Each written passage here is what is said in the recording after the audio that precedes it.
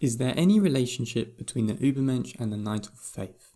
This is a question I got asked on my website thoughtsonthinking.org, and is something I have never thought about, which is kind of surprising seeing all the work I have done on these two philosophers for the channel.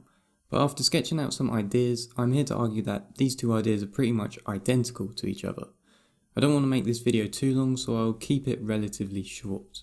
Before I start, make sure to sign up to the website thoughtsonthinking.org, where you can become a part of our close-knit union of thinkers and to be notified of our newsletter.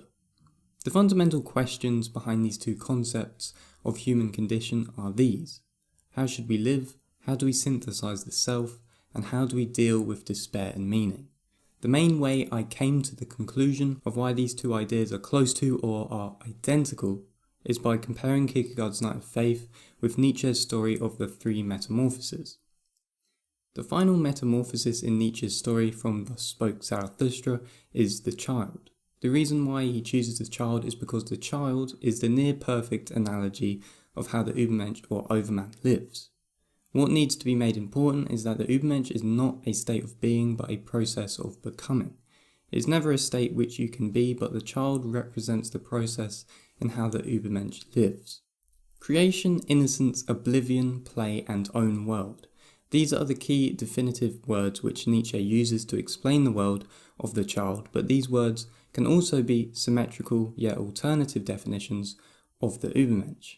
Kierkegaard uses ballet as an example of the Knight of Faith, leaping into the infinite and coming back to finitude. Thus, creation and innocence, whereby a snapshot of a leap is a demonstration of their own world of play, innocence and creation. This is no different from a child playing within its own world, whereby the play itself is a performance resting between infinitude and finitude. The toy plane, for example, is of finitude matter, but the imagination of what that plane can do manifests in the complete potentiality of infinitude. Therefore, the two existences of reality merge in complete harmony, compensating each other whenever need be. Just as the child creates its own values, so does the Übermensch, but so does the Knight of Faith. The Knight of Faith is beyond and past the aesthetic and ethical stages of life.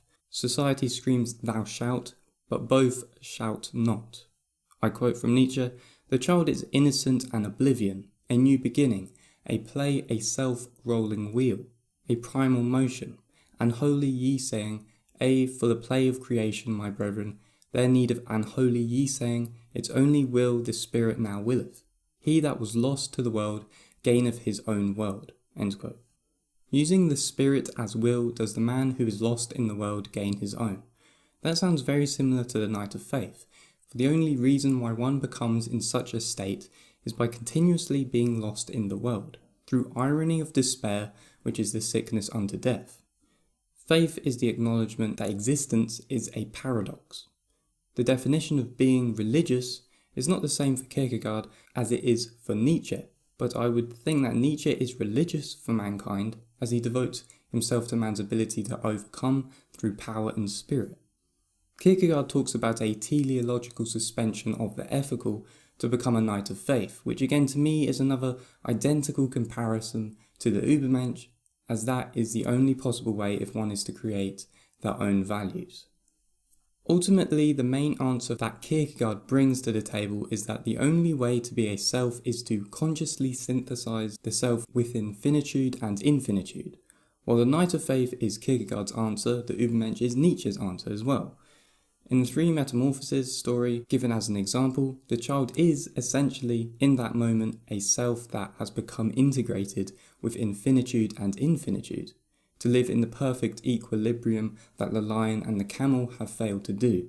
Therefore, the child in this philosophical story is supposed to be an analogous representation of the living process of the Übermensch. To make even further comparison, you could say that the camel in the three metamorphoses story is also the ethical stage in Kierkegaard's idea of the three stages of existence.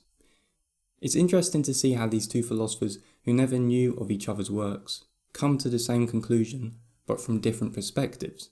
It kind of shows that there is always a collective movement in thought or action occurring in the ether of a certain time, history, and presence that is, in a sense, inevitable. I personally view these perspectives like this: the Knight of Faith is the finality of a realization, and the Übermensch is the process and action with which you carry yourself. But I am much more interested in what the viewers have to say in the comments. If you enjoyed this comprehensive comparison of Nietzsche's Übermensch with Kierkegaard's Knight of Faith, make sure to like, subscribe, comment down below and get involved in the discussion. Talking about discussion, you can find a link to the Thoughts on Thinking Facebook group down below, so make sure to join if you want to get involved in conversations about philosophy, sociology, psychology and literature.